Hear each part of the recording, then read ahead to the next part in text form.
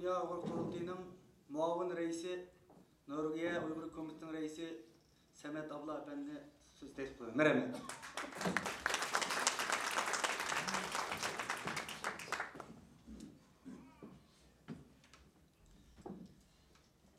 Assalamu alaikum. Hürmetlik vatandaşlar. Bizning qimmatli peshqadam rahbarlarimiz.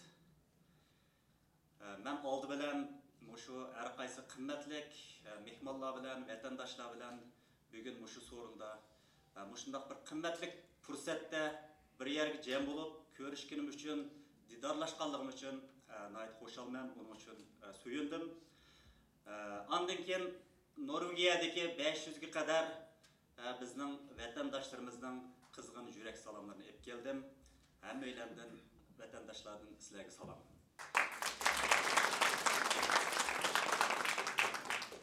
Rahmat. Baydan beri bizning rahbarimiz Robiya Qodir xonim aytib o'tgandek, hammamizning xabarda bo'lgandek, oldingi 9 oy 5 iyul vaqasidan bugungacha bo'lgan mushu kunlar hammamizning hayot uchun favqulodda zilzila bilan to'lgan, ba'zida qayg'uliq, ba'zida hasratlik, ba'zida yoshlik shundoq azob bilan to'lgan bir kunlar bo'ldi. Qachonki shu kun 5 iyul kuni xalqimizning qo'zg'algan xabarini anglagan vaqtimizda biz faxrlangan, hayajonlangan, xalqimiz oxir qo'zg'alibdi, xalqimiz o'zining qahramonligini yo'qotmabdi deb bundan faxrlangan. Bu voqealar dunyo matbuotlarida dastas bilan e'lon qilinishga boshlagan vaqtida bu xalqimizning ajri to'kkan qoldirib bekor ketmaydigan bo'ldi. Dunyo bizni yana bir qatim tunuydigan bo'ldi. Bavoyimiz yana bir qatim yuksildigan bo'ldi deb buni hayajonga cho'mgan. Lekin uzun qolmay bu hayajonlarimiz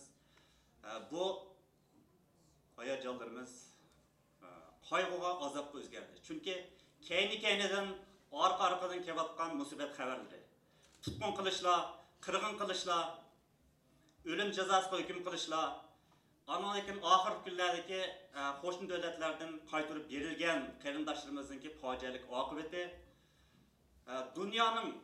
dunyo jamoatining bu voqealarga bo'lgan pozitsiyasining, buni muomalasining bizning kutganlarimizdan ko'p jiroqda bo'lishi ro'yimizni tushirib o'tdi. Hammamiz sukut cho'mdik, o'yga cho'mib ketdik, qanday qilishimiz kerak, nima qilishimiz kerak bundan deb hammamiz o'ylanayotimiz, o'ylandik.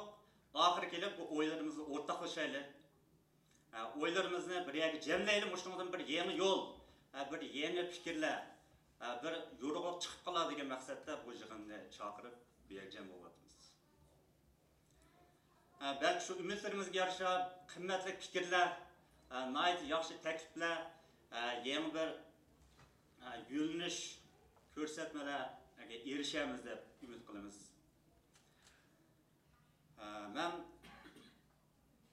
oxirida aytmoqchi bo'lganim, albatta bu yig'in nurg'un qimmat vaqtimizni berdi.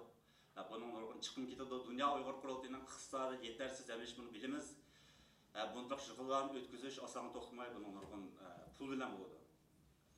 Endi biz Dunyo Uyg'ur Qurultayiga har yili har bir tashkilotdan ma'lum miqdor badal pul to'lashni biz qaror qilishgan, ammo buni ba'zida ijro qila oldik, ba'zida ijro qila olmadik.